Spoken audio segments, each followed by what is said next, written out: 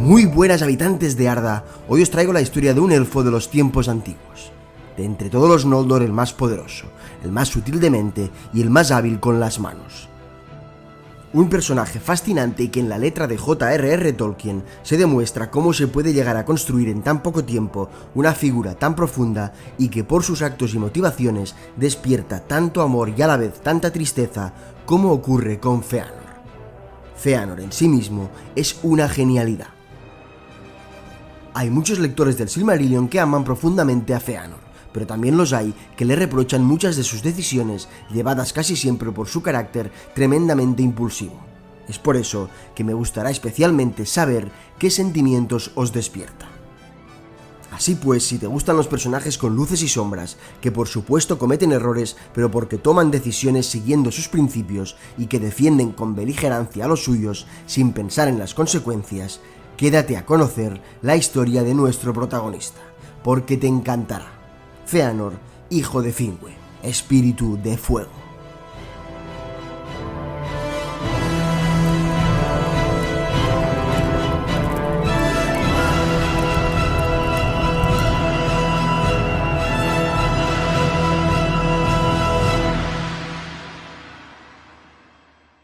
Para empezar esta historia tenemos que viajar a la edad de los árboles, antes incluso de la llegada de la luna y el sol. Melkor ha sido derrotado por los Valar y arrastrado desde su fortaleza de Utumno a pasar 3 edades encadenado.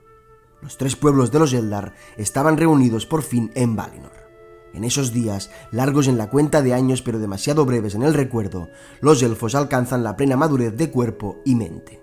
Y los Noldor son los que más progresan en habilidades y conocimiento.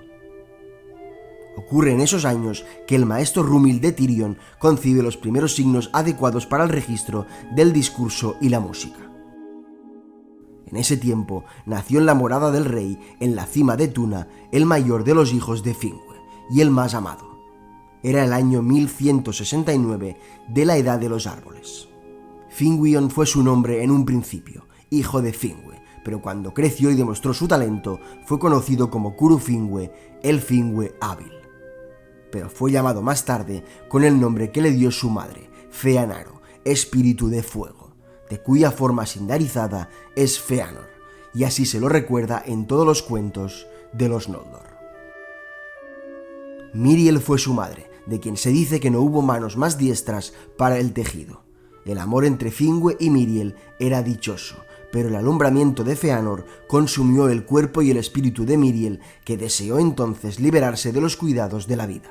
Y tras ponerle nombre le dijo a Finwë que nunca más volvería a concebir un hijo, pues la fuerza que iba a nutrir a muchos se había agotado en uno.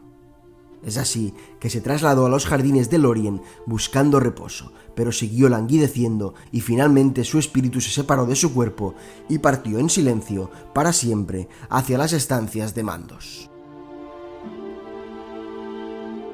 Finwë la visitó con mucha frecuencia por largo tiempo y se sintió tremendamente desdichado. Sentado bajo los sauces de plata, la llamaba por todos los nombres que ella tenía, pero nunca despertó. Así, decidió dedicar todos sus esfuerzos en su hijo. Fëanor creció deprisa, como si un fuego secreto lo animara por dentro. Era alto y hermoso de rostro, y de gran destreza, de ojos de brillo penetrante y cabello negro como plumas de cuervo. Decidido e inquebrantable en la persecución de todos sus propósitos, pocos lo desviaron de su camino por persuasión, ninguno por la fuerza. Fue un gran herrero y muy dotado en las artes y el conocimiento. En su juventud creó la escritura de las Tengwar, más tarde conocida como el alfabeto de Fëanor. También las Palantir, las piedras videntes que sobrevivieron hasta la tercera edad. Y las lámparas de Fëanor, unas lámparas que contenían una llama azul que no podía ser extinguida ni por el viento ni por el agua. Pero obviamente, por lo que siempre fue reconocido Fëanor es por sus habilidades en la creación de las más hermosas gemas jamás vistas, pues fue el primero en descubrir que podían crearse joyas más grandes y brillantes que las de la tierra. Las primeras que creó eran blancas, pero a la luz de las estrellas resplandecían en azules y plateados. En su juventud, aún para las cuentas de los elfos, se enamoró de Nerdanel, hija de uno de los mayores herreros entre los Noldor llamado Mahtan, de quien aprendió muchas cosas. Y así Fëanor y Nerdanel se casaron y realmente fueron muy felices juntos, pues ambos eran firmes de voluntad, pero Nerdanel era mucho más paciente y en principio consiguió apaciguar el ímpetu de Fëanor, aunque más tarde, y por los hechos que aquí contaremos, se distanciaron irremediablemente. Aún así, 7 hijos tuvieron Nerdanel y Fëanor, algunos de ellos con el mismo fuego interior del padre, otros con el temple de la madre. Pero a pesar de la dicha, durante largos años seguía pesando en Fëanor la muerte de su madre, y era gran motivo de dolor para él, pues ocupado siempre en sus obras, su padre obtuvo cada vez menos consuelo de él, y Finwë vivía solo y afligido, el único elfo que no encontraba la beatitud en Amán. Así al final acabó enamorándose por segunda vez, y tomó como esposa a Indis, que no era una Noldor, sino del pueblo de los Vanyar, y muy cercana al rey Ingwe. Y este es un caso muy excepcional entre los elfos, pues raramente se enamoran en 2 ocasiones.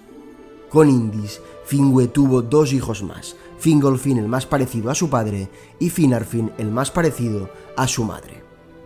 Eso llenó de ira y resentimiento el corazón de Fëanor, y jamás tuvo gran estima por sus medio hermanos, aún antes de conocerlos. Muchos creen que esa división en la casa de Finwë es el causante de los grandes males que luego sobrevinieron sobre los Noldor, y muchos males podrían haberse evitado. Pero los hijos de Indis también fueron grandes y gloriosos, y los hijos de los hijos. Y si no hubieran existido, la historia misma de los Eldar no hubiera sido tan grande.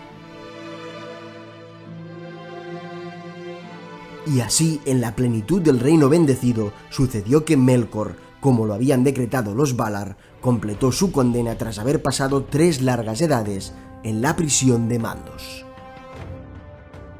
Fue llevado ante sus hermanos y los vio en toda su gloria, con los elfos sentados a sus pies, y la envidia le ganó el corazón, pero ocultó sus pensamientos y aplazó su venganza.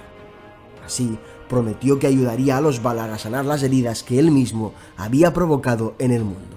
Por tanto, se le permitió andar libremente por Valinor, pues no había mal en ellos y no podían ver las profundidades del corazón de Melkor. Los que nunca confiaron fueron Ulmo y Tulkas, quien apretaba los puños cada vez que se cruzaba con él.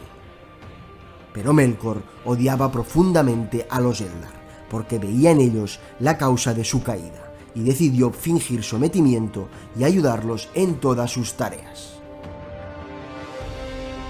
Los Vanyar jamás confiaron en él, y poca atención ponía Melkor en los Teleri, pues los consideraba menores, pero los Noldor ansiaban conocimiento y nunca estaban ociosos, así se prestaron a escucharlo y a aprender de él. Incluso Melkor llegó a decir que él mismo instruyó a Fëanor en sus más grandes obras, pero mentía, pues de todos los hijos de Ilúvatar, Fëanor fue el que más lo odió, y todo lo que emprendía lo hacía impulsado por su propio fuego, y sin consejo de nadie, solo al principio de su esposa Nerdanel, la sabia.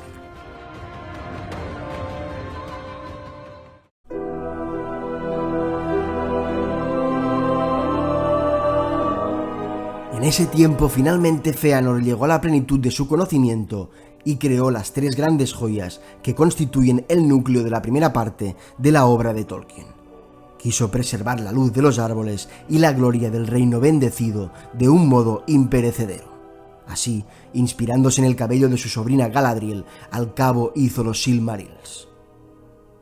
Los Silmarils tenían la forma de 3 grandes joyas, pero solo hasta el fin de los tiempos se conocerá la sustancia de que fueron hechos. Con la apariencia de un diamante, pero sin embargo más duros, pues ninguna violencia podía dañarlos. El fuego interior de los Silmarils lo hizo Fëanor con la luz mezclada de los árboles de Valinor, que vive todavía en ellos, y lucían con luz propia, y se regocijaban en ella y la devolvían con matices aún más maravillosos. Todos los que vivían en Amán sintieron asombro y deleite ante la obra de Fëanor, y Barda consagró los Silmarils de modo que nada maligno podría tocarlos sin quemarse o marchitarse. Y Mandos dijo que llevaban en su interior los destinos de Arda. El corazón de Feanor estaba muy apegado a los Silmarils y se los mostraba solo a su padre y a sus 7 hijos, hasta tal punto que llegó a olvidar que la luz que brillaba en su interior no era solo suya. Entonces Melkor los codició y los buscó ansiosamente, y así más que nunca tramó la manera de destruir a Feanor y de poner fin a la amistad entre los Valar y los elfos. Y encontró oídos que lo escucharan y sus mentiras pasaron de amigo a amigo como secretos cuyo conocimiento prueban la sabiduría de quienes los revelan, con tanta sutileza que muchos cuando las recordaban creían que eran pensamientos propios. Sembró la envidia entre los elfos, les habló de los reinos en el este que podrían haber gobernado a voluntad, y les habló también de los hombres, los segundos hijos de Ilúvatar, a quienes los Valar iban a poner en su lugar por celos hacia los elfos.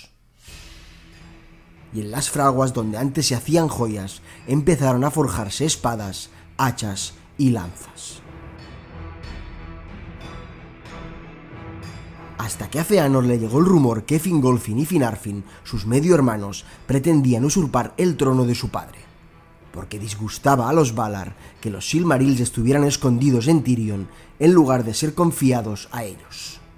Y hubo varios enfrentamientos entre los príncipes de la casa de Finwë, y Feanor empezó a pronunciarse abiertamente contra los Valar, hasta que al fin su padre los llevó a consejo. Así, Fingolfin pidió que aplacara el orgullo de Feanor y éste lo amenazó apoyando la punta de su brillante espada sobre su pecho. «Mira, medio hermano, esto es más afilado que tu lengua. Trata solo una vez más de usurpar mi sitio y el amor de mi padre, y quizá libraré a los Noldor del que ambiciona convertirse en conductor de esclavos». Es entonces que los Valar intervinieron y convocaron a Feanor y al resto de implicados en el conflicto, y allí, en los salones de Valmar, quedó al descubierto el plan de Melkor. Pero no se consideró a Feanor libre de culpa, y como castigo fue condenado a vivir 12 años fuera de Tirion. Junto con él partieron al destierro sus 7 hijos y al norte de Valinor construyeron Formenos, donde atesoraron un gran número de gemas y armas, y los Silmarils. Allí fue también Finwë, el rey, por el amor que le profesaba a Feanor.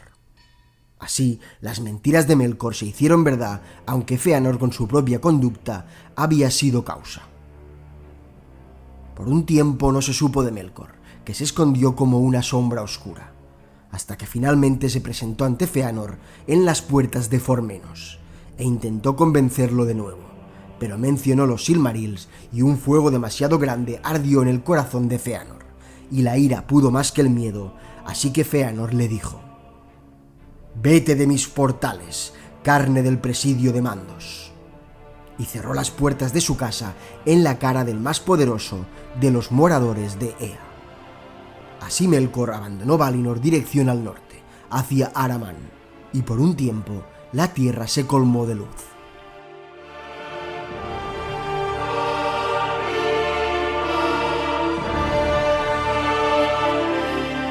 Cuando Mango escuchó del camino que había tomado Melkor, le pareció evidente que se proponía escapar a sus viejas fortalezas al norte de la Tierra Media. Así, Tulkas y Orome lo buscaron, pero en vano, pues Melkor había pasado en secreto hacia el sur. Sin ser visto, llegó a la región oscura de Abazar, al sur de la bahía de Eldamar, una zona sombría e inexplorada. Allí, secreta y desconocida, Ungoliant había construido su morada. Ella, que hace muchas edades fue uno de aquellos que Morgoth corrompió para que los sirviera, pero huyó en el deseo de convertirse en dueña de su propia codicia, para así alimentar su propio vacío, porque tenía hambre de luz y a la vez la odiaba.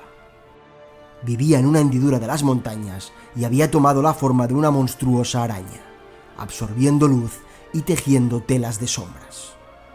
En las sombras negras, Melkor tomó su vieja forma de señor oscuro en armadura terrible, una forma que no abandonaría jamás. Y discutieron su venganza, y Melkor le prometió con engaño: «Haz lo que te pido, y si aún estás hambrienta cuando todo esté consumado, te daré entonces lo que tu propia codicia exija. Sí, con ambas manos». De esta manera el ladrón mayor le tendió una trampa al ladrón menor, y viajaron hacia el norte en una sombra impenetrable. Ese día ante el trono de Manwë se encontraban los Valar y los Maiar y los elfos Vanyar, en fiesta y regocijo. Allí se reconciliaron Fëanor y Fingolfin, y se perdonaron toda ofensa pasada. Y Fingolfin dijo: medio hermano por la sangre, hermano entero seré por el corazón. Tú conducirás y yo te seguiré. A esa misma hora, Melkor y Ungoliant llegaron precipitados sobre los campos de Valinor, como la sombra de una nube oscura que pasa por la tierra iluminada por el sol. Y llegaron ante el verde montículo donde se elevaban los dos grandes árboles, y Melkor los hirió profundamente con su lanza negra, y la savia manó como si fuese sangre. Pero Ungoliant la absorbía. El veneno de muerte que había en ella penetró en los tejidos y los marchitó, raíz, ramas y hojas, y murieron. Y ella se hinchó hasta tener una forma tan espantosa que el mismo Melkor se asustó. Así, la oscuridad más sobrecogedora anegó el mundo y la venganza estaba consumada.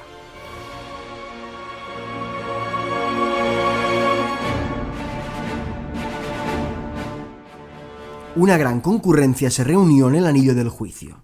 Ahora siempre era de noche. Los Valar, en voz de Yavanna, pidieron los Silmarils a Fëanor, pues la luz del reino bendecido ya solo existía en las grandes joyas. Pero Fëanor no quiso entregarlos, pues sabía que se perderían para siempre, y dijo: si he de romperlas, se me romperá el corazón, y moriré, el primero de los Eldar en Amán. No el primero, dijo Mandos, y nadie entendió sus palabras. Pero justo en el momento que lo estaban discutiendo, llegaron mensajeros de Formenos con las más sombrías nuevas. Melkor y Ungoliant habían asaltado la morada de la casa de Finwë, habían asesinado al rey y se habían llevado todos sus tesoros, incluidos los 3 Silmarils. Entonces Fëanor, levantando la mano ante Manwë, maldijo a Melkor, llamándolo Morgoth, negro enemigo del mundo, y desde entonces y para siempre, los Eldar solo lo conocieron por ese nombre.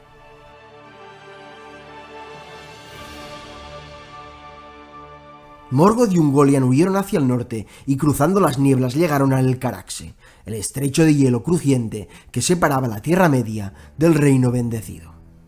Cuando estaban cerca de las ruinas de Angband, Ungoliant paró a Morgoth y le exigió todas las joyas. Las devoró todas una a una, y más grande y oscura se volvió, pero su codicia no estaba satisfecha. Entonces le pidió también los 3 Silmarils que guardaba en su mano derecha. Sí, con ambas manos me dijiste. Morgoth se negó, y solo porque sacó a todos los Balrogs del norte, ella se amedrentó, y huyó eruptando vapores negros. Moró Ungoliant escondida en el Valle de la Muerte Terrible, engendrando una prole de arañas y devorándose a sí misma como devoraba la luz. Y nunca más se supo de ella.